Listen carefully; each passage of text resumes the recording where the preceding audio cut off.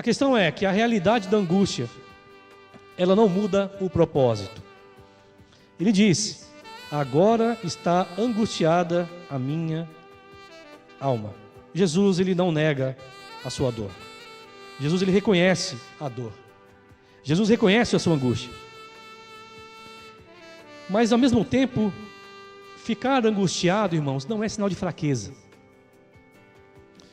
Mas ela é parte de uma experiência humana, porque haverão momentos que você terá que passar por isso para poder cumprir um propósito.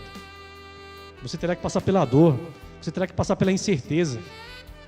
Talvez essas coisas estarão no seu caminho para que você possa alcançar o propósito de Deus na sua vida. Elas estarão no seu caminho.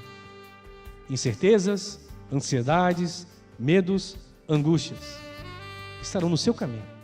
Mas você vai permanecer, porque é um propósito.